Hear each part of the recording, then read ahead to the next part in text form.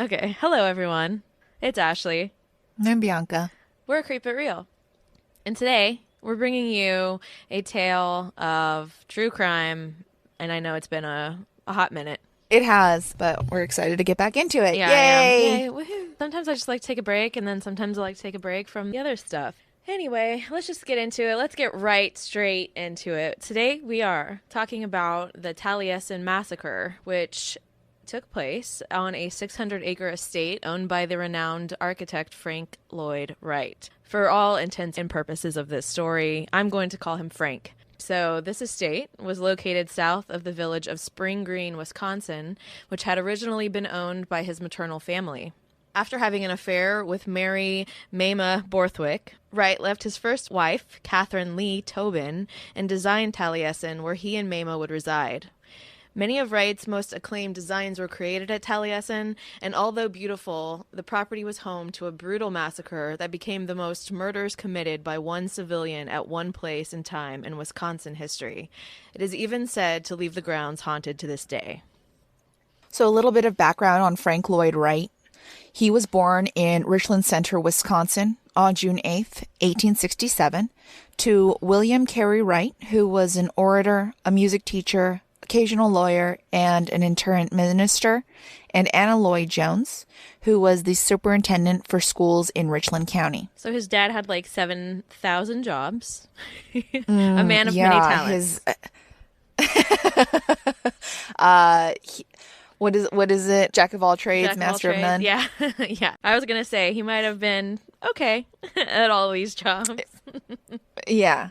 Okay. His primary love was that of music, which Frank Lloyd Wright took into the later part of his life as well. Yeah. Because obviously music and architecture are both essentially math. Yeah. Right. For those who don't know about Frank Lloyd Wright, he was an American architect, and he was considered in his time as the greatest architect of all time. He would be best known for his philosophy of designing structures that were both in harmony with humanity and its environment, which he dubbed organic architecture. Frank Lloyd Wright's philosophy also included the desire to step outside of the box of architecture, taking you from small enclosed areas and opening you up into large grand rooms and inviting you into vast panoramic views of the nature surrounding all of his architecture. During a time where buildings were simply buildings to house rooms, this was a complete shift in the dynamic of American architecture and design. I just wanted to say some of the most beautiful stuff I've seen. I was just like, let's go check out this Frank Lloyd Wright. And I was just, wow. I mean, just beautiful. I'll let you continue to describe it, but it is. It's beautiful. I went to Taliesin East on Sunday, and the tour guide that was doing the tour, she said that Frank Lloyd Wright would see a tree and just tip his hat to the tree and build around it. Yeah. So that was what he liked to do, is incorporate nature. Yeah, like emerge out of the side of a hill and stuff. It's like amazing. It's like my dream kind of home, truthfully. Yeah. Mm-hmm. If you ever go to Taliesin East or West, or even Falling Water in Pennsylvania, you pretty much don't know that the architecture is there unless you know that the architecture is there. It's supposed to be a part of nature. Speaking of Falling Water, his architecture was completely ahead of its time and the technology of the day. Falling Water, which was his masterpiece in Pennsylvania, had to be restored due to the water damage from the waterfall it was built on top of. Damages in the amount of $11.5 million. And although it would be a devastating blow to him and his ego today, it does serve as a testament to his ideas. He was a spender. He was. He was a spender, and he wasn't very good at saving money, which it has a lot to do, I think, with his dad. His dad was also not very good at saving. Right. Finally, the individualistic character of Howard Rourke in the Ayn Rand novel The Fountainhead has been argued by scholars to be modeled after Wright. Rand described the inspiration as limited to specific ideas he had about architecture and the pattern of his career. Howard Rourke does go through quite a few ups and downs throughout the novel, but never straying from his idea of architecture.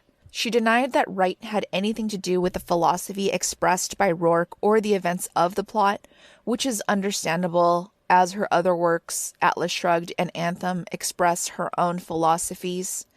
However, if you do know of Frank Lloyd Wright's work, and you are aware of the personality traits he had as far as his eccentricities and narcissistic tendencies are concerned, you can definitely see the parallels between the literary figure Howard Rourke and the architect Frank Lloyd Wright. A little douchey. Definitely. Definitely knew both. I mean, obviously Frank Lloyd Wright did know how ahead of his time he was, and he did have an extreme passion for architecture, but Howard Rourke is the same thing. Yeah, super talented. I mean, I'm not trying to diminish his talent. It's just I was like, woo, take it down a notch, blow hard. Oh yeah, oh yeah. But the greats usually are that way. Yeah. They usually know that they're one of the greats. Like, I know. I'm aware of this. I know. Okay. In 1885, the year that Wright graduated from high school in Madison, Wisconsin, his parents divorced due to his father's lack of ability to save money, which we discussed Wright would also later struggle with. And according to his father's divorce documentation, his mother's, quote, lack of affection, and his father moved away, never to be heard from again. Mm-hmm. The same year, Wright enrolled at the University of Wisconsin at Madison to study civil engineering. To pay for his tuition and to help support his family, he worked for the dean of the engineering department and assisted the acclaimed architect Joseph Silsby with the construction of the Unity Chapel. The experience convinced Wright that he wanted to become an architect, probably helped along by his mother's vision of having an architect as a son, and in 1887 he dropped out of school to go work for Silsby in Chicago. Which, obviously, that was an amazing opportunity for him. His mom was really a pushy broad, was she not? I know we'll talk about it, but good grief. Yeah, when he was a baby, when she was pregnant with him, she had said that she envisioned her son as an architect or builder, I think she said. And in his nursery, she had put in paintings of architecture, Italian and French Renaissance architecture, and things like that. Yeah. And she was a little obsessed with him. Yeah. Slightly. Well, they both were kind of obsessed with each other. I think probably stemming from the fact that dad left, but she did put in a little bit more attention to Frank. Right. And he was a voracious learner who soaked up everything that he was learning rapidly. So I was shocked to find that one of the most acclaimed architects that I've ever heard of didn't even have formal education in architecture. Yeah. So a year later, Wright had begun an apprenticeship with the architectural firm in Chicago of Adler and Sullivan, working directly under Louis Sullivan, who is best known as the father of skyscrapers. Sullivan, who rejected ornate European styles in favor of a cleaner aesthetic, summed up by his maxim, form follows function, had a profound influence on Wright, who would eventually carry Sullivan's dream of defining a uniquely American style of architecture to completion. Frank and Sullivan had a very close relationship. Frank called him his Liebermeister, which translates to his beloved master, and Wright worked under Sullivan fastidiously until his own drafts were indistinguishable from Sullivan's. They worked in a conjoined office, obviously very closely. Anytime he asked for a raise, he got one. It was said that when the two had a falling out, it was like a breakup, as similar to a lover's quarrel to witnesses. And Sullivan had been destroyed by the World's Fair that had come to Chicago. The organizers had awarded designs to New York architects who were very classical and Romanesque in their designs, and they gave Sullivan only one that was just buried amongst the enormous Greek temples and everything that were being built. His work was lost in a resurgence of the traditional style architecture, and he ended up dying an alcoholic who had to beg Frank for handouts at the end of his life, which is pretty much a huge bummer. But from his defeat rose Frank Frank's vision of the prairie house that was inspired by Japanese architecture of the 17th century, long horizontal lines, natural light, natural materials, and homes that, like we were saying a minute ago, seem to emerge out of the ground. Basically, they're gorgeous. So while working as a draftsman, he met Catherine Kitty Lee Tobin, and they got married to the protestation of Frank Lloyd Wright's mother. Boo. She tortured this woman from the get-go. It's terrible. She did terrible things. She accosted her and would say just terrible things to her constantly, move in right next to her. She was the worst. The absolute most nightmare mother-in-law. And like I said, by all accounts, he was a little bit of a mama's boy. I'm sure, again, due to the fact that his father left and was never seen again. And in fact, when I went to Taliesin East this past Sunday, there is still hanging in his studio a portrait of his mother, which can be seen from the desk that he worked at. It's directly in line with where he worked, and he did that a lot, where he would place himself somewhere, and from wherever he looked, if he looked at wherever it was the architecture was directing you, that's where he wanted you to look. So for himself, he put that portrait of her there. He wanted to look adored at his mom. He adored her. I just think it's a little weird, but it's fine. Kitty and Wright had 6 kids together, and he ended up leaving her in 1909 after meeting Mary Mamah Borthwick. Kitty and Mamah, I'll now refer to her as Mamah from this point, met through a social club, and soon after, Edwin, Mamah's husband, commissioned Wright to design them a home, which is now known as the Edwin H. Cheney House in Oak Park, Illinois. Kitty ended up refusing to grant Wright a divorce for 14 years, and it was eventually finalized in 1923. That's a long period of time. Yeah. She was like, no.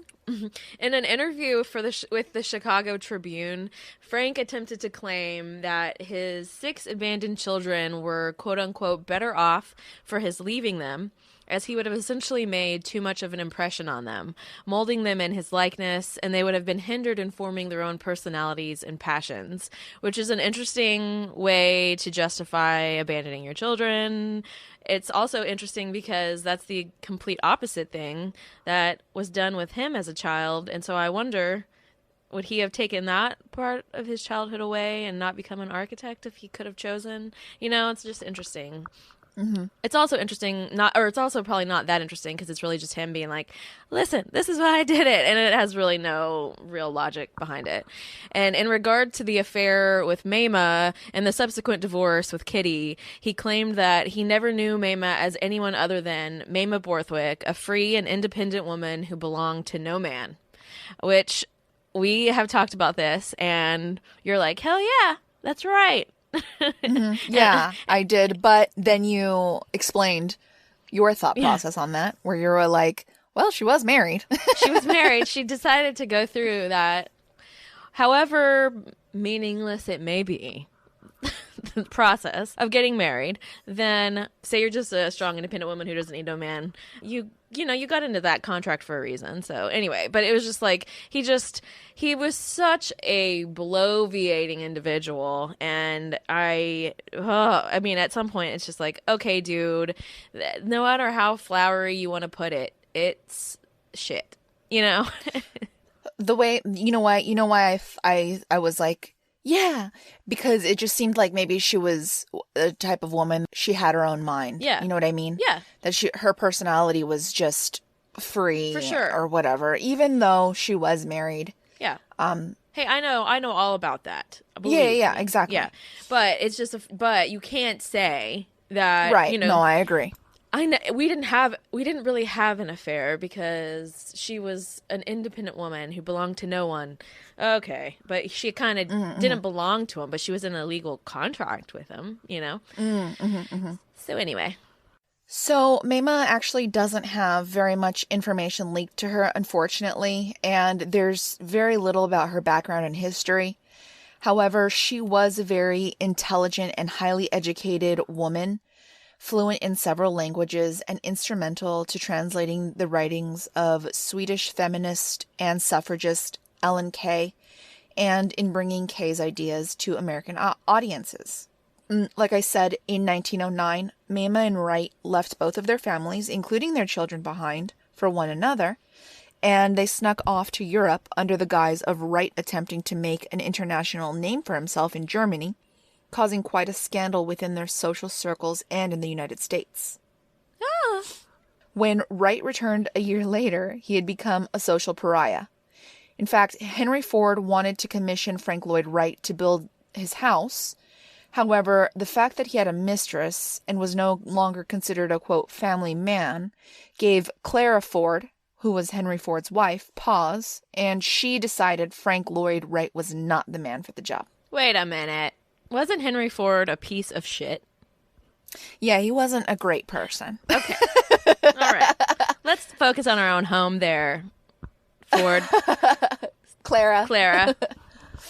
In 1911, while Mamah was in Europe, Wright began construction of what the media dubbed their love nest, known as Taliesin, which is Welsh for shining brow, in the hills of Spring Green, Wisconsin, on his favorite childhood hill. Ash, do you have a favorite childhood hill? I don't. Do you have a favorite? I feel like you have to have one. You must. No. The sprawling hills of California. Okay. Just lots of hills. You know, those desert hills. That's quite a... Just what a life. What a life you had there, Frank. So these sprawling grounds are modeled after an Italian villa as an homage to their time in Europe together. And if you ever have the chance to see Taliesin East, it is, like I said before, very hidden. Until you approach the grounds of the building, you would never know it's there. And when you are on the grounds, you do get the feeling of being nestled in between the hills and hidden, safe and tucked away from the rest of the world, in what Wright would describe as being the feeling of a woman's embrace. Wow, what a suave motherfucker. As much as I appreciate Wright's work and the pieces of artwork that his architecture were intended to be and really are, and I also appreciate the inspiration he lends to current architects and pieces of literature, this isn't a history lesson, it's not an architecture lesson, or a history on his life, and we are going to focus on Taliesin and the events that happened there. But I did want to give you an idea of what the grounds feel like while you are there, and I wanted to give you some history and background on Wright. And why he built this homage to Mamah. Right, and maybe give you a little visual of what it would be like to be panicked and running for your life on this property. So, yes, buckle up, babies. So, in an article that was released in the Chicago Tribune, which Wright had a kind of love-hate relationship with, he began to expound on his beliefs that rules and laws were made for the average people, while those of us that are enlightened live without rules, and that's way more true to who we really are. It's a harder life, it's more of a struggle, but those are the real, true, genuine, enlightened people, and the rest of you petty little bitches that are just living in society amongst the rule of law, you're just a simpleton. And that was his response to everyone and their ideas about him and Mamah living on this property together. And it was kind of seen as an unholy union. They're both unmarried, leaving their spouses, leaving their children to go live in the middle of nowhere with each other in this home. Obviously, that was not something that philosophy was not something that the Midwest at the time was going to be too thrilled by. And the papers the next day kind of reamed him for his ideas of being an elitist asshole, which he kind of was, but at the same time, sure. I don't necessarily disagree that because I'm reading it going, oh my God, dude, you're such a douche. But then I'm also like, but I kind of agree with you, but I just wish you could maybe not come across like such a blowhard. Well, I mean, he could have put it in a way that was like, this is what works for me. Yeah. You know what I mean? And if that works for you, awesome. I'm happy for you. Like, it could have been done that way without placing yourself above other people. Yes. Yeah. placing your choices above other people's choices and saying, I'm better for doing this. Exactly. No. Exactly. The public was outraged, which was nothing new. And there were a whole bunch of them that wanted to pretty much storm Taliesin and evict the adulterous duo. There were all these newspaper headlines that an angry mob was going to come storm the castle and oust them from their happy little abode. And there was a headline that the Tribune ran later that said, "Wright in castle fearless of raid," which I found to be funny because it's like, of course he is. No one's really gonna come storm your house, Yeah. They're gonna talk a bunch of shit and then they're gonna sit around and forget about it after a little while because surely you have better things to think about than someone else's sex life inside their own home. Right. Surely, right? Don't ya? So everybody clutched pearls and hemmed and hawed about Mamah and Frank living in Spring Green.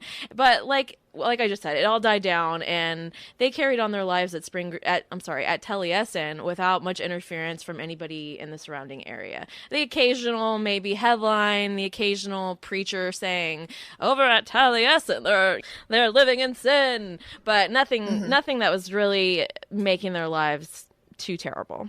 They were living it up. So in the summer of 1914, a 31-year-old man named Julian Carleton was hired as a butler and handyman on the estate. His wife Gertrude was hired on as a cook. He claimed to be from Barbados, but it later turned out on his birth certificate that it said he was from Alabama. So who really knows? Back then, who knows what the hell you could have done? You could say anything about yourself and end up, here's my birth certificate. I'm from Kalamazoo, Pluto. Michigan. No. Or like Obama's birth certificate, Yeah. Yes, because that was in such question. It's like, there's no birth certificate. What about this? That couldn't be it. Not that. No. Even years and years later, people like L. Ron Hubbard were able to forge their documentation to say that they were like fucking Navy captains of industry and start stupid religions that start cults. Abuse Yay! people. Okay, so Julian was around 5'8" and about 145 pounds. He was lean, muscular, but he was also described as being very strong for his size. He came recommended by a man, John Vogelsong Jr., who had been the caterer on one of Wright's projects, the Midway Gardens, which he was actually working on at the time, because Julian had prior to this worked on Vogelsong's parents' estate in Chicago. And while Julian initially did well in his position and was well liked by the family, over time he would begin to deteriorate in some emotional and psychological ways. On August 7th, Julian went into town in Spring Green and bought a bottle of muriatic or hydrochloric acid from the druggist, which he had claimed was for the farm stores at Taliesin. What do you need hydrochloric acid for in a farm? I don't know. Good question. Maybe like cleaning hooves. I don't know. I have no idea. I'll ask Cody since he's from a farm. I wonder what you would do with it. Good question. But anyway, I'm sure the druggist is like, I don't care what you're going to do with that. Take it. Just take it. So on August 12th, for whatever reason, Julian had refused to saddle one of the draftsmen, Emile Bordel's horse that morning, and the situation grew heated, wherein Emile ended up calling Julian a black son of a bitch. So Emile is an asshole, but this situation kind of festered. They got into further altercations, and on that day, it's said that Emile actually ended up punching Julian. And so, some physical stuff happened. This guy's being a racist asshole. The situation at Taliesin's getting a little heated at this point. So it was a clear and sunny day on Saturday, August 15th, when at some point early in that morning, Julian told Billy Weston, another worker on Taliesin, that he needed to clean a stain with gasoline and asked where Frank stored it. Billy told him where a spare barrel was in the garage. Hold on. Yes. This might be another weird question of mine where I'm like, I don't understand things. Is that how they used to clean stains with gasoline? I would fucking hope not, because I will say this. First of all, it smells to high heaven, for one. It's highly flammable. And yeah, they were. Did they even have light, or were they using candles and whatnot around the house at this point? It would be a bad idea. In 1914, I feel like it's not a good idea. It's a bad idea. It's like, hey, I spilled some grape juice on this rug. Pour some gasoline on it. It'll come right out. Like, I know you can take paint off of cars with gasoline, but but that's not a stain on a rug. No. And it's not, you're not just like flinging gasoline all over highly flammable surfaces already, like, while you're using candle as light. It's not a good idea. Okay, so at the time, on that Saturday, Frank was out of town in Chicago finishing his work on the Midway Gardens project, while Mamah and her 2 children, 12-year-old John and 8-year-old Martha, stayed with her at Taliesin for a few weeks. So, as we've already kind of gone over a few times, Mamah had left her children with her ex-husband Edwin Cheney, and he had full custody of them. So they weren't always at Taliesin, but unluckily for them, they were there for about a couple weeks during this time, just visiting for a short period of time. I think Edwin Cheney had a job he was doing, and he needed them to stay at Taliesin with Mamah and Frank, and they were not thrilled by it, apparently. I'm sure. I mean, like I said, there's nothing around there. I mean, now there's houses and stuff around there.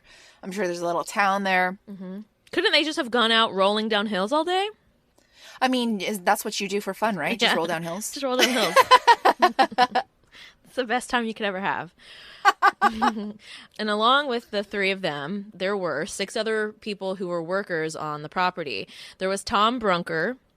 He was a 26-year-old widower who was the father of, count 'em up, 10 children right now. Jesus Christ. Can you believe this? When I saw that, I was like, he is 26 years old and he has 10 children and he's a widower. I mean, holy moly. That has got to be one tired 26-year-old.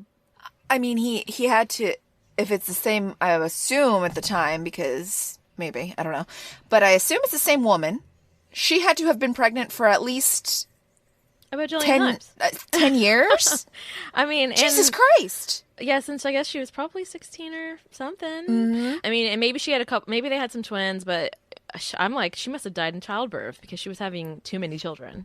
That's too many kids. Okay. There was Billy Weston, who was 35. He was at Taliesin with his 13-year-old son, Ernest. And there was then Emil Brodell, that asshole we spoke about a minute ago, who was 30 years old. There was a man, Herbert Fritz. He was about 19. And I obviously back then, I mean, 26 and 19, you're a grown-ass man back then. Yep. Yeah, so he might have been 19, but he's a today 40-year-old. Today's word. There's David Lindblom, and he was 45 to 55. There wasn't a real determinate age on him. And then there was Julian and Gertrude Carlton, who were the handyman and the cook, and I think Julian kind of was like a man of many trades, just like Frank's dad.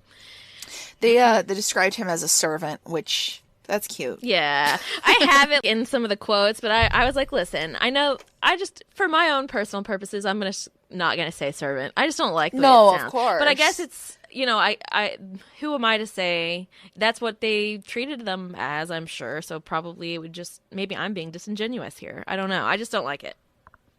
When I was at Taliesin, they described him as a butler. Butler, yeah, I think I put that a couple times. I'm like, butler is like a little bit less terrible sounding than servant. Yes. It's like, unless we're talking about some sort of BDSM, servant is all wrong. I don't want to be a servant in any circumstance. No, I don't either. At high noon, all the Taliesin residents sat down for lunch in 2 separate rooms in the southeastern wing of the property. Mamah and the kids were in one room, and the workers were all in another. As Gertrude put the finishing touches on the meal in the kitchen, Julian served Mamah and the children soup. Then, as they began to eat, he pulled out a shingling hatchet, striking Mamah first from behind in a crushing blow that went straight through her skull and nearly cleaved it in two. She fell forward onto the table, her head bleeding profusely, before she slowly slid off the chair and sprawled onto the floor. Julian immediately turned his attention to 12-year-old John, killing the boy in what appeared to be one swift blow to the forehead. Martha, the little girl, ran screaming through the dining room and the entryway out into the courtyard, which was a driveway surrounded by a beautiful flower-filled garden. Julian quickly caught up to her, repeatedly striking her in the head over and over until she collapsed on the ground. He assumed she was dead. So also at this time, Gertrude rushed to get out of Taliesin, for some reason, after putting on her best hat. Initially, she tried to leave through the basement, but could not open the door to save her life. So instead, she dove through a goddamn window, rolled down the hill, and began to run. Maybe she knew something was amiss. You think? So I had actually read in an alternate timeline, because there's a lot of not inconsistencies, but there are quite a few deviations In the timeline, from the story in the timeline. I had read that after she had served Mamah and the kids soup, Julian told Gertrude to skedaddle. But nobody survived from that room. Right. To actually say that. So whether that's just one of the games of telephone that we hear where the story is just heightened and heightened and heightened, we don't know. Right. And we'll talk later on about what she says went on that day, and then we'll kind of be able to discuss that a little bit more, but that's definitely a kind of key, I mean, not a key, but it's a pretty serious detail that changes the story a little bit whenever you put it in. For sure. So, as she's running down the road, her husband is now entering the workmen's dining room, which was pretty cramped with all of them sitting around eating and chatting about the day's work. He then began to stoically serve them soup, and I was wondering, and they were wondering in the book as well, if he had, because this is another thing about the timeline, if he had axed this family, he typically wore a crisp white jacket to serve the people of the house. Would he have had blood spattered all over his jacket at that moment? And would they have noticed even? It may or may not lend credence to the timeline given by Herbert Fritz that we kind of go off of mainly, but whether he had axed them first and had blood on his jacket, I mean, it could be that they just weren't paying attention. You know, maybe they just, I'm sure when you have quote unquote servants, you get used to kind of not paying too close of attention to them when they're doing the things that you're used to them doing every day. I don't know. Right. Anyway, as they began to eat, he then went to the only door for the room and bolted it from the outside. He then began to slowly pour gasoline under the space at the bottom of the door so that it would silently begin to slide down the floor of the dining room and start to flood around their feet. Herbert Fritz was the first to notice the liquid trailing in from beneath the door, though initially he said that he thought it was a spilled pail of mop water until the distinct smell of gasoline became too apparent to him. So, in fact, in a later interview, Fritz recalls that as the workers ate their soup inside the dining room, he and his table mates noticed something unusual. He said, "We heard a swish as though water was thrown through the screen door," which is a little different from the silent spilling. Right. It just sounds like he swished it and threw it all over. And then, he said it looked like dishwater or mop water, and that it had spread out all over the floor. And it was at this time, according to my timeline of events, that Julian had poured gasoline all over the outside of the house in order to send it aflame. Okay. Herbert Fritz, he said that he was about to speak up to the others about the gasoline when they were all shocked by the boom of the liquid being ignited as Julian lit his pipe and threw the match down onto the ground. Well, you need a good smoke while you're setting people on fire, Gosh, girl. yeah. Get that pipe out and smoke a little bit after you hatchet some people and before you set a whole group of men ablaze. Absolutely. Soon, the entire room was completely engulfed in blue flames. The men jumped up, hollering, waving their arms as they were lit on fire, and screamed in agony as they attempted to accomplish the only thing that could fill their mind at that point, which was to get the hell out of that fiery room. 4 of the men rushed headlong into the door, attempting to break it down, but it stood strong. Little did they know that outside the door was Julian waiting for them with a hatchet in his hand. After a moment, Herbert Fritz realized that there was water down the hill at the creek that could save everyone through this fire. He plunged himself through a window and landed a story and a half to the rocks below. Jesus. He said that the arm that had been consumed in flames broke the fall and snapped like a twig upon impact, and he began to roll uncontrollably down the steep incline. At this point, Julian stood watch over the door with the hatchet in his hand, feeling a slight alarm as his plan was being threatened and things weren't going exactly how he'd wanted. At the core of his plan was that no one would escape the home and be able to tell the tale. Those who were not immediately burned attempted to break through a window and escape the blaze, but were taken down by Carleton's axe one by one. Only 2 men survived the ordeal, one being, of course, Herbert Fritz, who was the one whose arm snapped like a twig and got far enough away before Carleton noticed, and William Weston, who Carleton hit with the axe, but he mistook for dead. He had expected all the men to try and flee the room through that one door, but when he realized that a handful of them were escaping through the window, he started to kind of panic. When he noticed that Emile Brodel was squeezing out the window, that was the last straw, as if anyone deserved to die, in Julian's eyes, it was him. So he ran like a crazy man to the other side of the building, where he came upon Emile just as he had landed on the ground from the window, still in flames. And that's when Julian swung the axe and struck him hard at the hairline over his left ear, penetrating his brain and bringing him to his knees.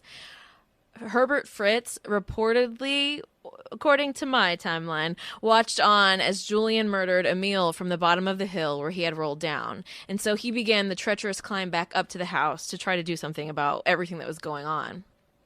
So when the men started to break out through the door and Julian was waiting there with his hatchet, he hit Billy Weston 2 times, but it was with the back of the hatchet and not the blade of the hatchet. So he fell to the ground but was still alive. And I think that Julian was just so frenzied at that point that he didn't even realize that he didn't actually axe the guy. Yeah. Because as Bianca just said, he survived.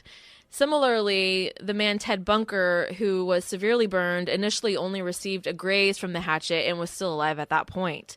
Bill Weston's young son Ernest, the 13-year-old that we talked about a little bit ago, he was not so lucky, as without his father there to protect him, Julian axed him in the brain quickly. And unfortunately, as with most of them, it wasn't an immediate death. He actually managed to stagger over to the fountain in the courtyard and collapsed into it before he died. The man, David Lindblom, he had already received serious brain injuries, and he was quickly taken out by Julian and the hatchet. And finally, Julian chased Tom Brunker, who initially he had just, what we just talked about, he just grazed him initially. Well, he then came back after him, and he struck him with such a ferocious blow that his head cracked open and brain matter protruded through the open fissure. So this was a disgusting scene. This was horrifying. There was brain matter, blood, bone, fire, burnt skin, burnt human. I mean, everything is an absolute nightmare. This kind of feels like it puts Hinter Kaifek to shame a little bit. Just a little. As far as the gore is concerned. Not the creepiness, but the gore. Good grief. Yeah. So although badly burned and wounded, both 35-year-old master carpenter Billy Weston, who had built Taliesin, and landscape gardener David Lindblom managed to escape with Fritz. They hurried a half mile to the nearest house with a phone to call for help. I mean, do they have phones with voices? I'm just so clueless about this. I'm sure they, in 1914, I'm sure they did. Or is it just... I think so, Is it just... Like Morse code? Fire, fire. Like a telegram? Yes, I'm just kidding. Well, I mean, no. When was a phone invented? Tell me this, people. I'm not looking it up. Okay, so now that he was alone, Julian got the rest of the gasoline, according to my timeline, and went to where Mamah and John, her son's bodies lay, and he began to douse them in the gasoline. He may have gone over to Martha, who was badly burned and had received 3 blows to the back of her skull, one that went straight through it, and doused her in gasoline as well. Or it's also possible that all of the people who had been running around and falling and struggling around her had ignited her body, but she ended up being ignited in flames as well. Horrifyingly enough, though, after those 3 blows from the axe that split her skull open, the horrible burns all over her body, at that point, she was still alive until she was set on fire. Jesus. I mean, that's horrific. According to experts, many of the victims may still have been alive at that point, but it would not last long. Obviously, they had experienced some of the worst brutality that you could possibly experience, and they just laid around slowly dying for hours and hours. Mm-hmm. Talk about laying the groundwork for some serious unrest in the future.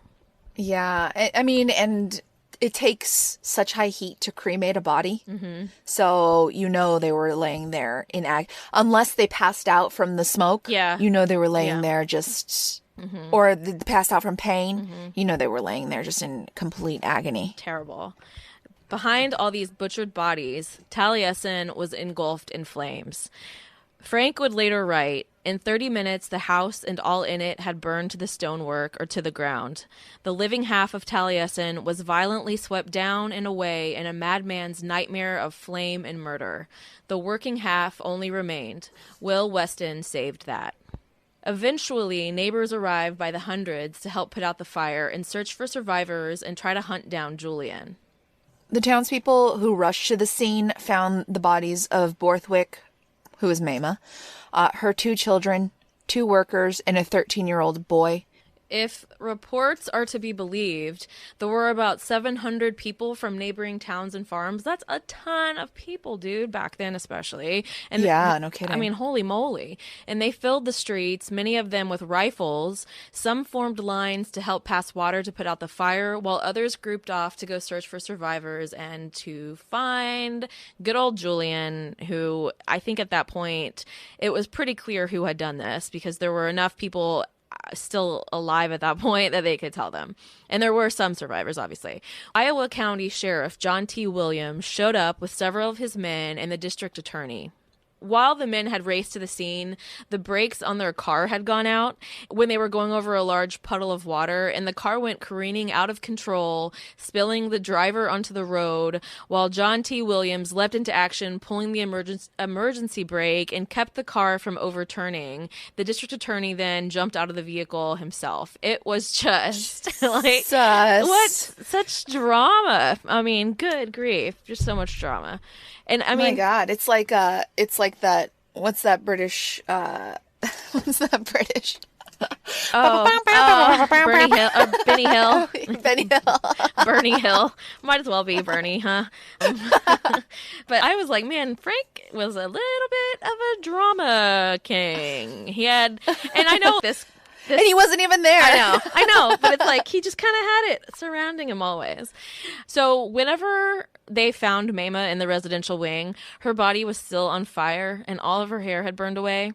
And next to her lay what was left of John, though there was not much. He had been burned to mostly ashes, which was, like we were just saying, I mean, that would have to have taken a lot of heat and a lot of time for that to have happened, but it was just ashes and a few charred young bones that remained of poor little John.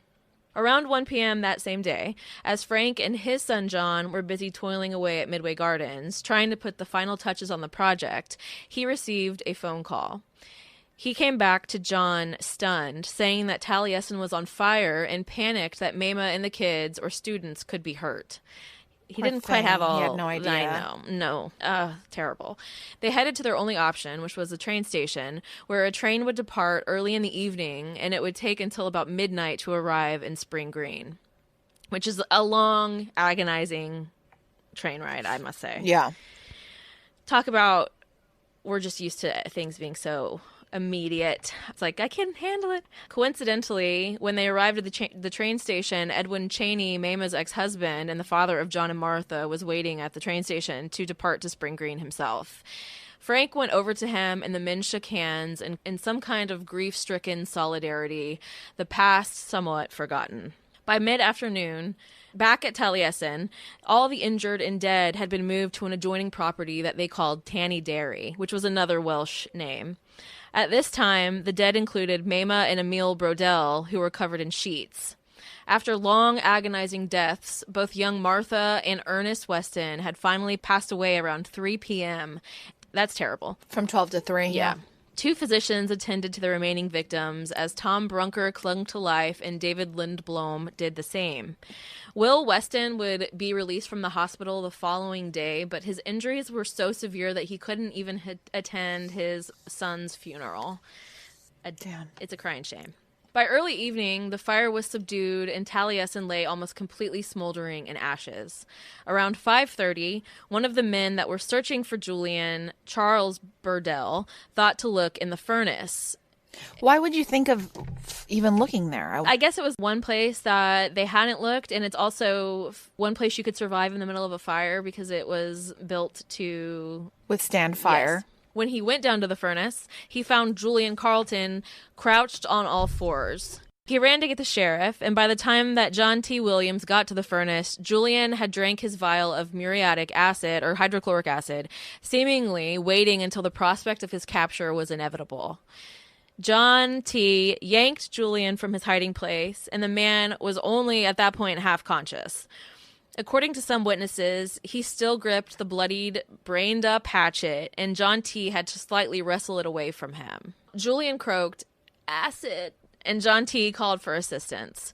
When the physician examined him initially, he found that his throat was swollen, but had attributed that to all the smoke inhalation, which is understandable, and he found no reason why the police could not take him into custody.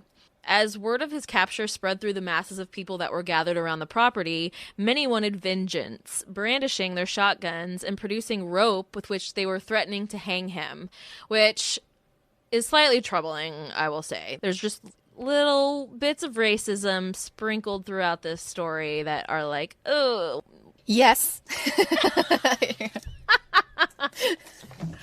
I think they were just trying to get the person that had caused all of this mayhem. But you got to remember, this is rural Midwest Wisconsin, where farmers are still, I don't know, maybe they have their own little ways of dealing with shit that doesn't bring the police in. I'm sure they I don't know. but I don't think it's a good thing.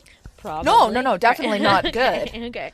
So John T., the sheriff, he understood the dangerous situation that he had on his hands, and he had a car come around to the back of the house where they tried to discreetly shove him, being Julian, through the rear window of this car and drive away. But they were instantly flagged by 3 cars filled with angry farmers from Tom Brunker's hometown, which I've dubbed the Vengeance Boys. They demand with an I. Of course, that's how it has to be. They demanded John T. to stop and hand over Julian, but he coolly produced his revolver and pointed it at the men. After a slight standoff, they finally made room for him to pass, which he did and sped off. According to some, those men chased after the police car for miles before finally giving up the chase. Miles? Miles. Jesus. I just am like, y'all are dramatic, and I honestly don't really think that you wanted to catch up with this policeman. Otherwise, you probably wouldn't have made room for him to pass, but you had to put on a good show. Yeah. I'm gonna get you, lawman. And I can't help but think all farmers sound like Texas farmers, and I should realize we're in Wisconsin. They're like, oh, don't you know? Don't you know? I have to go get my bag. My bag. You pull over that car. Talks. Oh, J Fox. Yeah. He's from Wisconsin. I just like Anytime I would ever record with him, I had to stop myself from constantly just repeating the words he would say because I just like big. I just wanted to do it because it's so weird. They all do both. They do. And then roof, and then big. Oh, and then root beer. Root beer. Oh my God! Don't even get me started. And if they even say root beer and they don't say pop. Okay. Love you, boys. They gave Julian milk to soothe his sore throat and whiskey to ease his pains, which on one hand is kind, and on the other, fuck him. Correct. Yeah. Gertrude, his wife, was found hiding in some brush just off the road on the way to Spring Green, where there was a train station, BT dub. She was wearing a blouse, a skirt, and her best hat as she just chilled in the bushes. Dubious, to say the least. It's weird because why aren't you running? Like, why aren't you still running? Okay, are you waiting for somebody there, little lady? What you doing? Mm-hmm. Okay, so Gertrude would be held in police custody for a few weeks, making some speculate if she was a suspect, but she was being held, it turned out, as a material witness, and after 2 weeks of maintaining her innocence, they released her, saying that she couldn't be forced to testify in this trial, and they would end up just having to spend money in order to hold her there, etc., etc. So they just let her go, but they sent her on a train to Chicago with a whopping $7, which is $175.86 in today's money. Bankin'. And after that, she vanished from historical record altogether. So, like I said earlier, you know, Gertrude probably, what happened is she was like, oh shit, I need to distance myself from the situation. It's 1914. I'm going to start a whole other identity in the snap of my fingers. And she did. So she probably is, you know, she was out there doing her thing, living in Chicago, working, and nothing probably really bad happened to her. But at first I was like, they are terrible. They sent her off with $7. But it's almost like, well, this highly suspicious bush hiding bitch. You know, maybe we'll see. I mean, I don't know. I don't know how I feel about her, but it's highly suspicious that you're hiding in the bushes with your best Sunday dress and whatnot. Okay. Because it's dubious whether she was really completely unaware of his plan.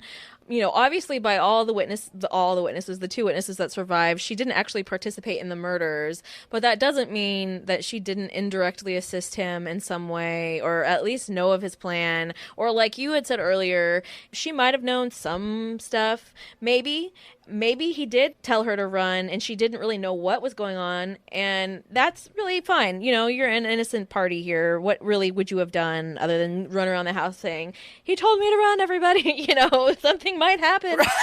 You know, like what really could you do? But, you know, we'll see. But it does seem like she was waiting on somebody at that bush. What she was hiding in. Right. Probably waiting.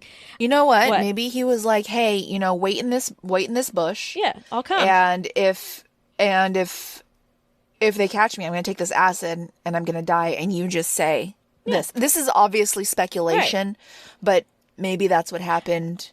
I think that's probably what happened with her. I do. We'll talk about it a little bit, but I definitely think now that I've thought about it, seeing this, reading it all, it's clear that you wouldn't be 100% forthcoming with your what you're telling the police and everybody, you know.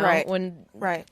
At about 10:10 p.m., the train that was carrying Frank, his son John, and Edwin Cheney reached Madison, Wisconsin, and John would later say that he wished he could erase that entire train ride from his memory, as at every stop, his father learned more horrifying details of what had happened to his home and the people in it. As newsboys and reporters were saying, like, get your news here! There's a fire! Mamah! Papa guy's murdered! There's 7 murdered at... Da-da-da. So at every stop, they were just getting yelled at with more information that he had no idea. So poor little guy. I know. So John said that Frank's face was just one of increasing anguish, and I can't imagine. So when you're trying to just get there, you're not there, you have no way of getting there faster, and you're just getting little bits screamed at you from newsboys outside the window. Oh, what a feeling of absolute helplessness. Mm-hmm. Terrible. And you really don't know what the truth is. That's the other part of it. Ugh, nightmare. That's an anxiety station right there. When they finally arrived to Spring Green Station at around midnight.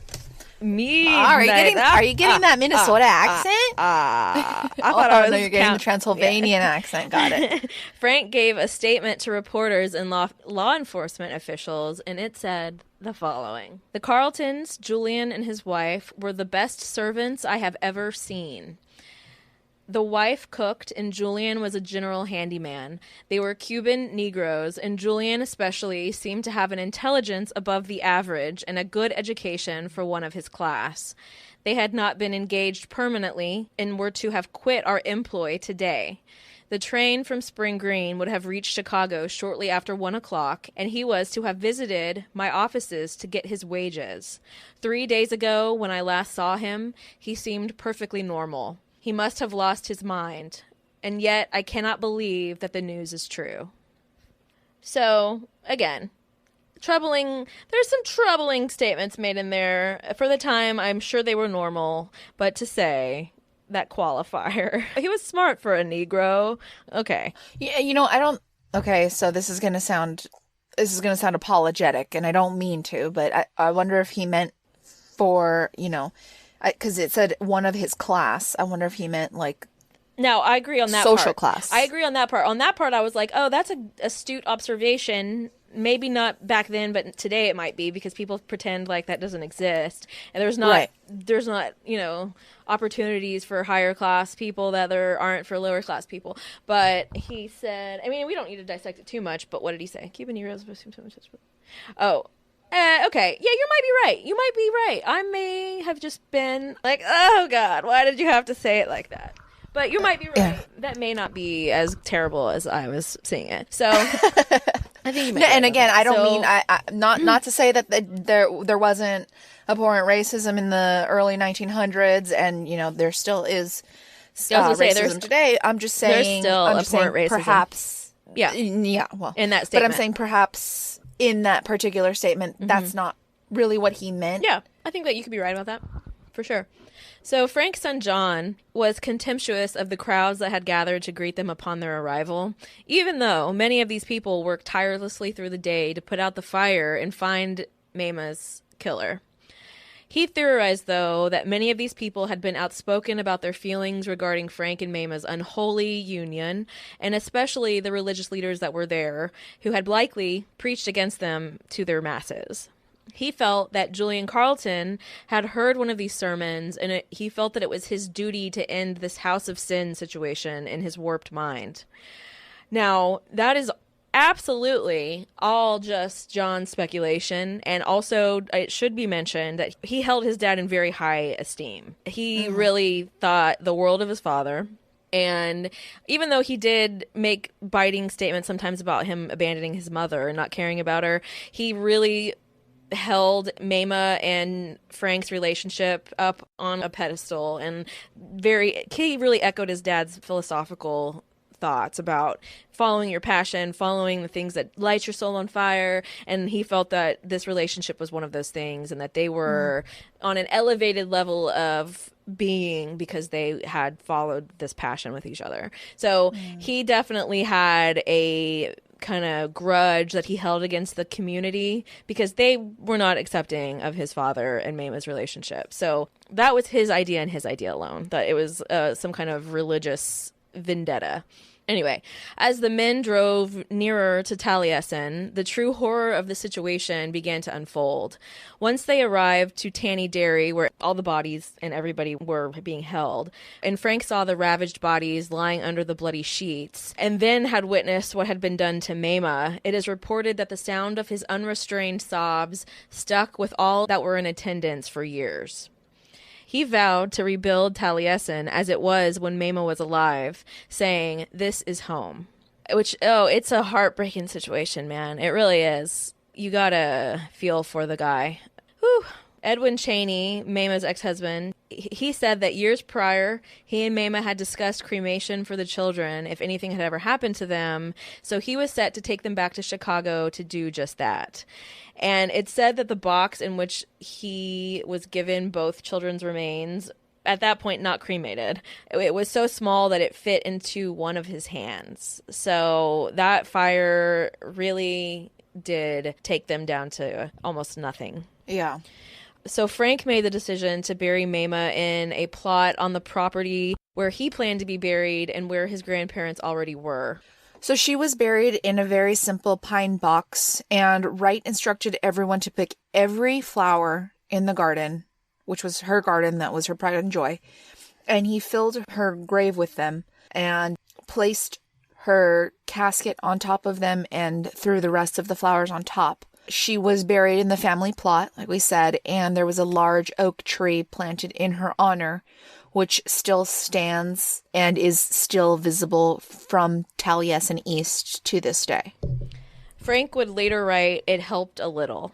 After the casket was lowered into the grave, he asked everyone to leave and wanted to fill it in with dirt himself, which he did in the dark for a few hours. Near the end, it began to rain on him. Kind of poetic. Super. It's so sad. So, like Bianca just said, he planted a tree in honor of Mamah, but the grave he left unmarked. I think later they've marked it, but he personally left it unmarked as he could not bear to be reminded of the tragedy. He had said, "Why mark the spot where desolation ended and began?" When her gravesite was marked, it wasn't marked by him. It was marked by his second wife, who was... They had a very, very troubling relationship. She was bipolar and she was a morphine addict. So what she did was Mamah loved her last name Borthwick, and kind of as an insult, or a slight to Mamah, she had Cheney. She had Mamah Borthwick Cheney written on this gravesite, and Cheney was huge. Borthwick was much smaller. But even though Mamah loved her, I mean, it was She's a vindictive bitch, that lady. She wasn't. It was a very troubled, sad. It was a sad relationship, right? And it's so sad. Right after the great love of his life, he entered this relationship, and he entered into the relationship a couple months later after her death, because, like I said, he was always with a woman, and whether it was his mom or a wife. And they said he couldn't. The tragedy of losing Mamah was so great to him that he almost had to forget she ever existed. Yeah. So Julian's wife Gertrude admitted his guilt in the murders, along with both David Lindblom and Tom Brunker before they died days after the attack. In addition to the two survivors who did actually live, naming him. So Julian's culpability in the murders has never really been in question, but it's a matter of why he did it that people have been tirelessly researching and trying to figure out for decades. There are random people in surrounding towns that say that Frank hired Julian to murder Mamah because he'd grown tired of her, which is just a stupid ass thing that people want to gossip about, I think, because there's absolutely no evidence to prove that. He would have left her if he wanted to. They were absolutely enamored by each other and very passionate about each other, and it clearly destroyed a part of him whenever she died. So I can't really say that was a huge winning theory, and I'm wondering if many among the press and the clergy in the area began to tout the tragedy as a moral lesson, which is common practice today among religious zealots, and again is absolute bullshit. No, there's not, because of some arbitrary rules you live your life by. People don't deserve to be hatcheted to death and burned, and then people don't deserve to lose loved ones over it. I mean, if we want to talk about the moral lesson, what about the children? Are you kidding me? So the children, right? What do they have to do? Why is that something that lends credence to this being a moral lesson? It's just a way that sleazy people try to manipulate others with guilt, and we see it all the time with televangelists saying that Katrina happened because there's gay people being able to be gay with each other, and Katrina, how old is my reference? Good Lord, but stuff like that. Jeez Louise, like 2003, like Jesus. Okay, the Great Fire of San Francisco. It wasn't like 2003. Gone that far. What was it? What?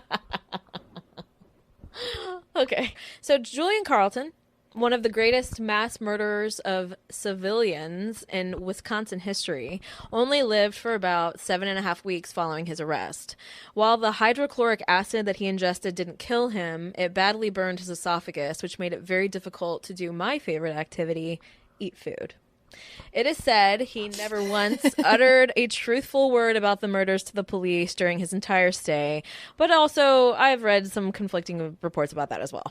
He was indicted on August 16th and charged with the murder of Emile Brodel, which was the only murder that day that was witnessed by anyone who survived. Julian entered a not guilty plea, but before a trial could take place, he died from starvation in his cell only 45 days into his time there. So why did Julian commit these horrific murders? It is a question that has seemingly plagued researchers for decades, though it doesn't seem like it should be too difficult to pin down when you consider all of the details and the evidence. The first possible motive is that he was emotionally deranged. It's indisputable that the murders were done in a frenzied sort of madness, and the horrific nature of the crime speaks to this as well. Was he losing his grip on reality before Taliesin, or did something in his 2 months there drive him to insanity? We will talk more in depth about that in a second. The second possible motive is, as Julian was being arrested, he made the statement to police regarding the angry mob, saying, "They better let me live if they expect to find out something." Was there actually any legitimate reason for the statement, or was he just trying to play his cards so that the police didn't let the mob carry out their plans of justice? Definitely play his cards. Right. It's a desperate maneuver. Once he was safely in jail, he never uttered a word along those sinister lines again, and he instead began to talk about it being self-defense, whatever that could mean. The comment itself brought on, though, a flurry of press asking if Julian had been influenced by an outside source. So, while Carlton's motive for the attack was never conclusively determined, it is speculated that Carlton snapped after learning he would be let go from his job at Taliesin. However, there are deviations from this timeline events. Like we mentioned earlier, Frank Lloyd Wright stated that he actually loved and respected Carlton, that Julian and Gertrude actually quit. Witnesses claimed he had been in several disputes with both employees and Borthwick, and that Wright had begun advertising for another worker. But maybe he could have been advertising for another worker because his best butler just quit and he needed somebody to replace him. Yeah. The biggest outside source theory is one where, like you were kind of saying, that Julian becomes enraged in Mamah's firing of he and his wife while Frank was out of town doing the Midway Gardens project. There is some uncorroborated testimony from an unnamed survivor claiming in one article in the Tribune that this happened. It was said in one article, the person was never named, and then it was never repeated again. But it's been repeated over and over by not professional publications, but other publications and like biographies and stuff. But also, this is contradicted by Mamah telling friends that the pair were amazing servants, too good to be true on multiple occasions, and Frank doing the same. He even talked positively about Julian after the murder in that statement that he gave whenever they were in, wherever they were, Madison. Whenever they first landed in Madison, he spoke glowingly of him, but then obviously, called him a madman because he did slaughter a bunch of people. But there is not a lot of evidence that there was any ill will from Mamah or that the pair had ill will towards their employers up before the murders. So, in fact, according to Gertrude, Julian's wife, she said that Julian had felt increasingly psychologically threatened in regard to the isolation of Taliesin, and he had felt that way from the beginning of their employment in mid-June. She said that he had made her tell Mamah that they were going to quit because she was lonesome, though it was really because he was homesick for Chicago and wanted to go back. And like you just said, Bianca, Frank did put out an advertisement for a married couple or two women who could fill the roles that the Carltons were leaving. So it's definitely possible that they quit, for sure. Mm-hmm. It's also possible that they got fired, and for some reason no one wants to say it, but... It's also possible that Gertrude just putting together a story so that she can place all the blame on Julian. Yeah. You know, and have no responsibility for anything. Yeah. Because if she knew something, that's a responsibility. Yeah. You know what I mean? Like, but I mean, her saying that they quit, like, Frank was alive still to dispute that if that was not the truth. So who knows? But I tend to think that they probably did quit because he was losing his shit. Yeah, I think that I honestly think they quit because that place is really isolated. There's nothing there unless you're there with, you know, whoever you're with. Yeah. And there's nothing for miles around. And he was, you know, used to living in a busy city. He was from Chicago. He had jobs where he was working on trains and just working around a bunch of people. So it's definitely possible that going from that kind of life to working with one family and racist workers and stuff like that, it could have kind of driven him crazy. There's an alternate outside source theory that kind of mimics John's idea that Julian had become a religious zealot focused on destroying the home and the unholy union inside of it. A lot of the reports that follow this theory seem to characterize Julian as being unintelligent and ignorant and easily susceptible to this kind of influence by others, which is likely just kind of racism from the time and contradicts Frank and Mamah's own statements that Julian was well educated and self-evidently intelligent. There's no actual evidence to prove that he was on some kind of religiously driven mission whatsoever, and it all really stems from Frank's son John's elitist vision of the area itself and his inflated perception of his father and Mamah's daring union. And also, if this were the case, why would he have waited until Frank was not even in the house to commit Right, why these wouldn't murders? he do both of them? Right, like two with one stone. And also, in a deathbed confession of sorts, Julian told John T., the sheriff, that he and Gertrude were not actually legally married, but had been living together the past 2 years under a very similar common law arrangement as Frank and Mamah. So, seems kind of weird that he would be that unaware of his own actions and his own situation. Another outside source theory is that Frank owed Julian money, as he tended to owe everyone who worked for him money, even his own son. Apparently, he just never paid anybody. I mean, it's crazy. There was a story I was reading where he said one of his lumber contractors had called him because he owed him money, and Frank said to him, "Are you concerned about it?" And the guy said, "Yes, I'm concerned about it." And Frank said, "Well, then why should both of us be?" And hung up the phone. I mean, he was a very audacious kind of guy. Oh, Jesus. But again, there was no evidence really to show that the Carltons had feuded with Frank or Mamah about money ever. No one ever really had any stories like that, and there was never really evidence to prove that.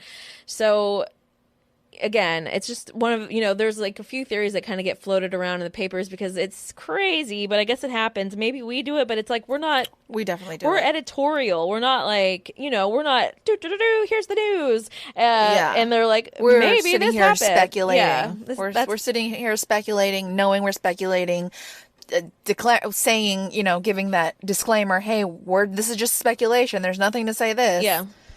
So It's not like we're printing it in paper and telling people this is what happened. Yeah. Yeah. The DA at the time, he came to the conclusion that Julian had gone mad, and that was the only explanation for his horrifying crime.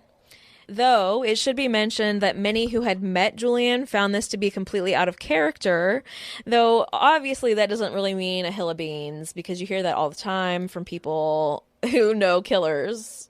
Yes. Yeah. I mean, Jeffrey Dahmer had his neighbors over for dinner. I hope they were eating animals. Who knows? But that also said, there was a history with Julian and his neighbors back in Chicago. A day after the murders, a woman named Mrs. Maurice Dorsey told reporters that Julian had acted erratically and bizarrely, worrying terribly over money issues ever since she worked with him on a catering job in Chicago. She said that he was always nervous and quivering all the time, and that he would fly off of the handle at the slightest provocation. She told a story of a party that she threw once where all of a sudden in the middle of a game, Julian stood up and screamed ferociously, causing the women in attendance to run out of the room thinking he'd gone mad. And then he simply sat back down, muttered a few things under his breath, and apologized. She said his mind always seemed to be wandering elsewhere. It sounds a little unstable. Yeah, I mean, I'm always worried about money, Okay. but I'm not Do you stand? I mean, flying also, off the handle. I'm almost like, well, former employer, Mrs. Harry Long, said that while in her employ, Gertrude would come to her home and hide from Julian when he would terrorize her. She said that she didn't like him and she feared him, which also could be her being a racist bitch, but who knows? That's true. She said Gertrude had told her he would get spells where he was wild-eyed and would do strange things that she would fear for her life, such as choking her and beating her. It seems that the move to the isolated Spring Green for his employment at Taliesin only worsened things for Julian's mental state. There was a barkeep that we kind of spoke about earlier at Spring Green Bar. It's probably the only one because I call it Spring Green's barkeep that overheard Billy Weston and David Lindblom one time discussing that Julian was the smartest, or I'm sorry, that Julian was very smart, but the most hot-headed person that they ever met. At one point, someone informed him that some of the work hands on Taliesin were going back to Frank with stories of his mistakes, and Julian had threatened that if he heard any stories of anyone going to Frank with dirt on him, that he would send them to hell in a minute. Which, I'm like, at the same time, I bet these guys were kind of, I don't want to say razzing. It's a little too nice of a word. They probably harassed the shit out of him, and it was probably super frustrating. And I'm sure it would be difficult to not fly off the handle at them every once in a while, you know? Yeah. Devil's advocate a little bit here. I'm sure, but I don't know. That's not a reason to kill I'm not saying it's a reason to kill everybody. So, as I mentioned earlier, 2 days before the murders, Emile Brodel and Julian had that confrontation where Emile called him a black son of a bitch. And then following that, they had subsequent run-ins where Emile had punched him. And a Taliesin farmhand named Joseph Grave Vogel told reporters that the night before the murders, Julian had gone to David Lindblom's room with a butcher knife in his hand, but probably because David Lindblom wasn't a hot-headed asshole, he probably managed to just talk him down a little bit, and it ended up that Julian just left the room. I'm assuming that's probably what happened. So while Frank and Mamah had liked Julian, it appears that a lot of the staff did not. Whether their reasons were justified or not, I don't know. Gertrude, the woman who surely knew him best, contended that he was deranged and had paranoid visions of being pursued. She also stated that he would wake her up in the middle of the night to listen for noises, again restating that he would physically abuse her, and nights leading up to the attack would even start keeping a hatchet in a bag next to his bed. She said that he had forced her, like I said a minute ago, to tell Mamah that they were quitting 2 weeks prior, and then he began to go places and lie to her about it. She said in the days leading up to the murders that he had been increasingly paranoid about certain people messing with him, and that she would wake up in the middle of the night to see him clutching a knife and peering out the window into the darkness. The morning of the murders, she had seen him get the pail of gasoline, and while she stood in the kitchen, the house was suddenly ablaze. Maybe. She said she attempted to flee out the basement, but was unable, and then jumped from a window and ran. Okay, sure. He probably told you to, though. And then you were waiting for him in a bush. Right. Right. Yeah. Okay. Unless you were just so tired because you ran and ran. But why were you wearing your Sunday's best? And your best hat. Yeah, I don't know. And you were waiting. Let's just be real. So while John T., the sheriff, initially said that Julian was sane as a cucumber, which I'm sure is a saying, after a few days in jail, he attacked the lawman, and 2 additional men were needed to get him off of him, which is kind of surprising considering that Julian was pretty much dying, and the guy was already a small dude. So he must have been a tenacious little guy. And I think that kind of changed John T.'s mind pretty quick.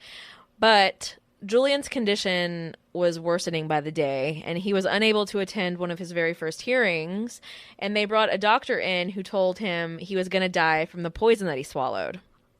They think that hearing this prompted Julian to confess that he had planned the murders greatly in part to his issues with Emile Brodel and had stowed a bundle of clothing in a nearby field for his getaway, but that the neighbors began to flood towards the property so quickly that he was unable to do anything but hide in the furnace and drink the acid when it looked like he had no other choice.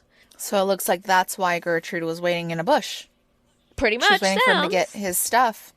Yep, sounds like it. So for his next hearing in the murder of Emile Brodel, the only person he was witness to murder, he had to be carried to court by a couple of lawmen. And upon reading his charges, he was only able to mumble indecipherably under his breath. The hearing was then put off to a later date due to his quote-unquote lack of cooperation. I don't know if he had much choice in the matter or not. I don't think so. I'm sure he was incoherent because his esophagus was burned from this fucking acid. Yeah, and he was barely eating, and who knows what else it was doing to his body. Well, I have no idea. Nothing good. Yeah. So that hearing was reconvened on August 27th, where he found himself arraigned on now 10 more felonies.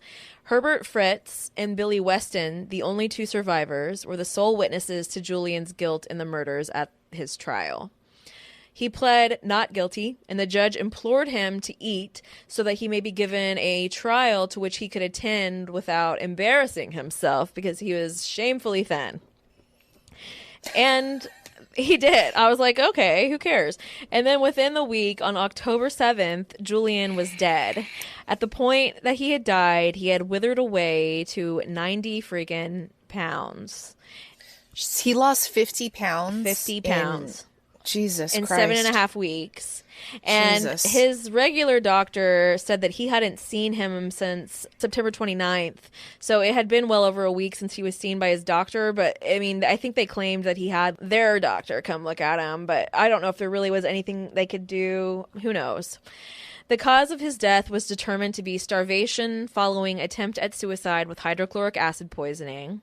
And his body was shipped unembalmed in a wooden crate where it was divided into 3 parts and shipped to the University of Wisconsin at Madison for purposes of dissection. Some news reports at the time speculated that they were going to be looking at his brain in order to determine if there was a visible reason that they could determine why he committed such a heinous crime, but there's no evidence to suggest that they did anything of the sort. I think he was just used as a regular old some body parts for school. That's too bad. It is. I wonder if it's too bad that they weren't able to see maybe if there was some sort of part of the brain had lesions on it that caused this, or maybe he had a tumor that caused the instability. Yeah, so any sort of abnormality that maybe they could have photographed, and even today you could look at it, and because it seems like, man, people have been trying to figure this out for so long. Maybe seeing some slides of his brain would have helped. Yeah. But in my opinion, I think I'm not wrong in saying it's yours as well. The overwhelmingly obvious motive for Julian Carleton's crimes is that of mental instability.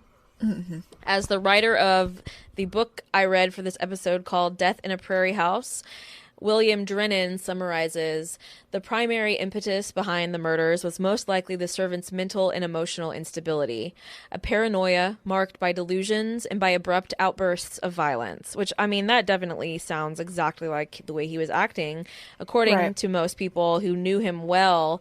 It's possible also he was just on his very tip-top best behavior when he was around Frank and Mamah, because it wasn't that often, and it was under certain circumstances. So I do think that there are factors that helped bring this instability to a terrible crescendo.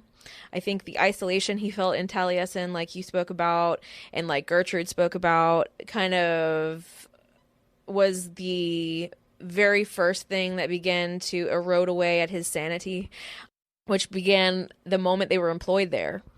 On top of that was very likely the racism that he endured from the other workers at the home, we know he experienced it in the days leading up to the murders from at least one person.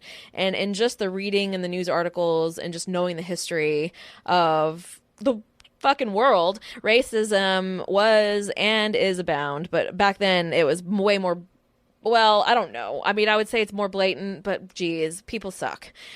For example, after the murders, the Mineral Point Tribune called Julian a devilish N-word in a front page headline, and various papers throughout the area had headlines such as Negro Fiend and Black Demon.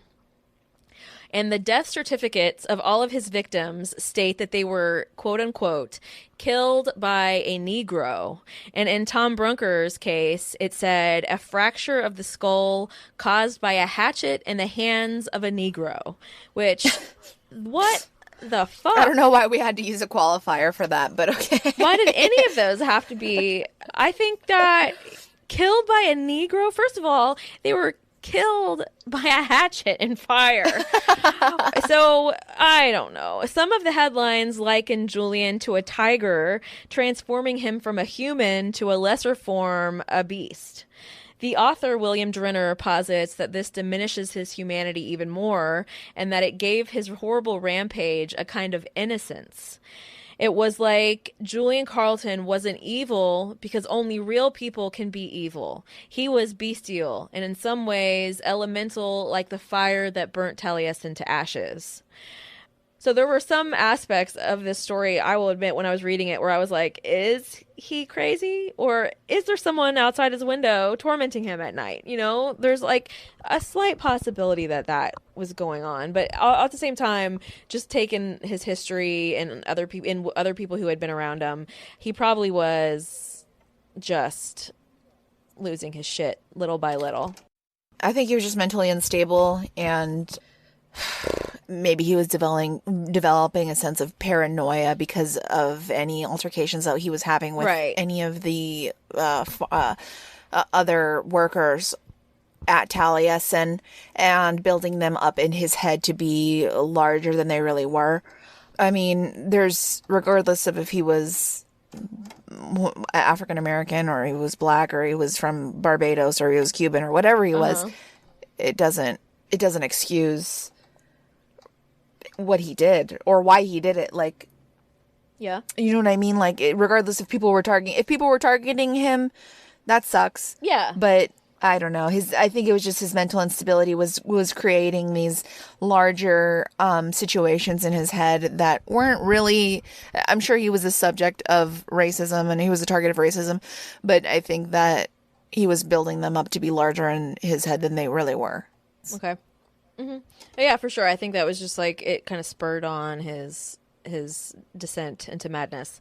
When the University of Wisconsin was done with his body, they cremated what was left of him in their human incinerator and dumped the ashes in a undisclosed location that they used for those purposes. So, bon voyage, Julian.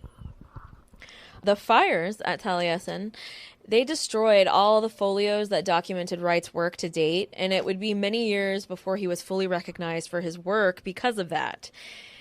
It is said that his work became markedly more labyrinthine and fortress-like, which likely had an influence on the way residential homes were designed in America through the 20th century.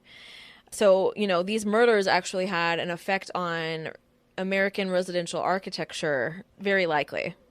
Yeah, definitely. And the events that happened there are kind of what also gave mythos to Frank Lloyd Wright. Yeah. So Frank's son John said that after Mamah died, something in him died with her, a something lovable and gentle that I knew and loved. Years later, Frank would write, after the first terrible anguish, a kind of black despair seemed to paralyze my imagination in Mamah's direction and numbed my sensibilities. The blow was too severe. I got no relief in any faith, nor yet in any hope. Man, it's like she was his muse. Yes. So, like I said earlier, a part of him quickly began to almost erase Mamah from his memory. He took all consolation from immersing himself in his work and rebuilding Taliesin. Now, something very bizarre is that Frank seemed to be plagued by fire his entire life. There was that fire in 1914, and another fire broke out at Taliesin in 1925. At that time, he was there to put it out the best he could. In 1932, another fire broke out, and then later, yet another, when he lit a brush fire too close to the south wing of the house. Years later, when he was a little bit older, a fire broke out in a hotel room that he was staying in, and he saved his prints that he had with him by throwing them out of the window. And yet another fire was at his last daughter's wedding, and her veil caught on fire. And at this point, he was an old man, and it said that he was seen pacing the hallway, muttering, "All of my life, I have been plagued by fire over and over." That's actually a book. I don't know if you know that, but that's actually a book about Frank Lloyd Wright. It's called Plagued by Fire. Oh, really? I did not know that. Wright died on April 9th, 1959, and was buried in a ceremony just like Mamah's right beside her. So, like she said, he was buried there with Mamah in Wisconsin. Where he wanted to be. where he wanted to be. However, after his final wife, Olgavana's death, he was interred, and they had their ashes scattered at Taliesin West in Scottsdale, Arizona. So yeah, his daughter actually had his body exhumed from the spot in which he wanted to be buried, and then moved with this other wife, and I bet you he didn't. Whatever, she was fine. She was no Mamah, and scattered his ashes against his will. I am aghast by this. So it's all fire, dude. He was always fire. Constantly followed him. Yeah, it was like even after his death, he was plagued by fire. It's ridiculous. I mean, I guess it came full circle, but like, what in the hell is going on with fire and Frank Lloyd Wright? Like, did he sell his soul to a devil, a demon, in order to have such talent in architecture? See episode blah blah blah of Subliminal Deception. Oh, so obviously that is a property that was filled with a lot of tragedy and a lot of disrespect to human life, and even after death there was a lot of kind of disrespect going on.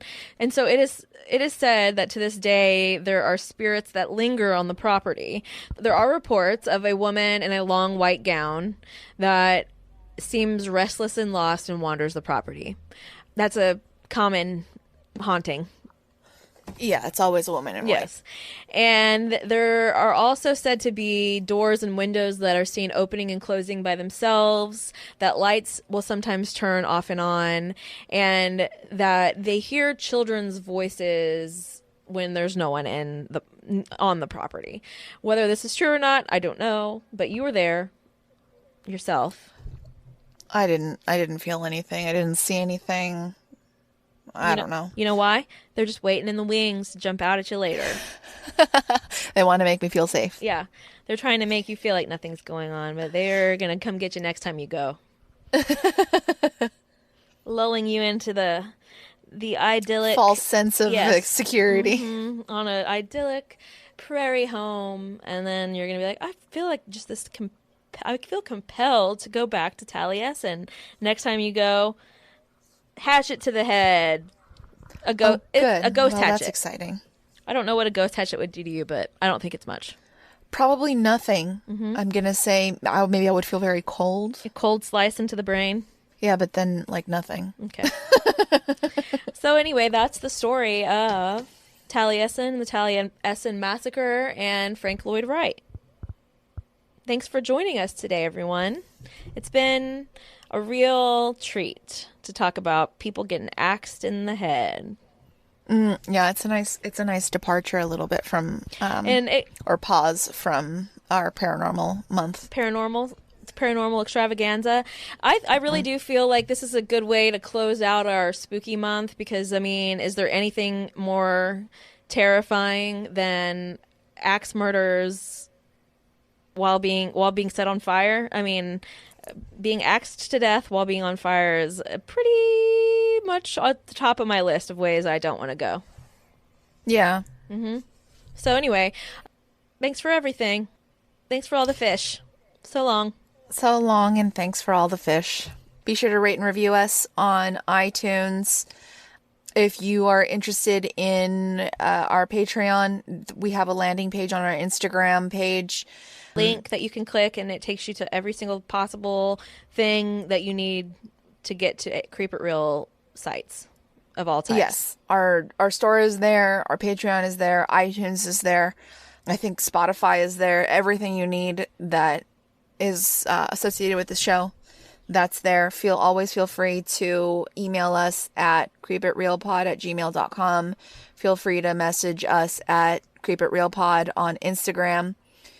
Our Twitter is also at creepitrealpod. Mm-hmm. Also, let's not forget, if you don't subscribe to the podcast, please subscribe to the podcast so that you can get our episodes the minute that they are released. And that also helps us get on the iTunes charts in some way. I could never in my life tell you how, but it's true. So please subscribe, as well as rating and reviewing. Subscribe so that you get us coming at you the minute episodes are published. Also, we're planning on doing an Instagram live on Monday, November 4th at 7:30 Central Time. That's the Monday after this episode, just directly after this episode is released. Yes. Monday. So Monday. If you have any questions or anything that you'd like to ask us, talk to us about, answer, mm-hmm. Yep, we're just send them in or ask us on Monday. Yeah, come join us on Instagram on Monday. Instagram Live, 7:30 p.m. Central Time. Join us. We'll be there. Be there, be square, everybody. We want to see you and talk to you, and it's a loosey-goosey kind of thing, but it'll go on for however long y'all are interacting and we're feeling it, and then I'm gonna be like, at some point I'm gonna feel awkward enough to let it come to a close. Yay. Okay, so yeah, okay. come to our live, our Instagram live, Monday the 4th at 7:30 p.m. Central Time, and we'll see you next.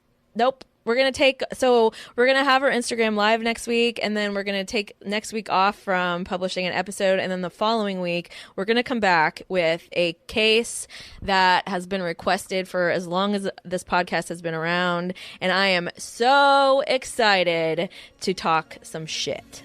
And that's all we can say about it, because otherwise we're going to divulge too much information about the episode. Yeah, but get your butts excited for our episode that's going to be out in like 2 weeks. It's going to be a fire fest. Okay. All right. Bye. Keep it real. All right. Bye, you guys.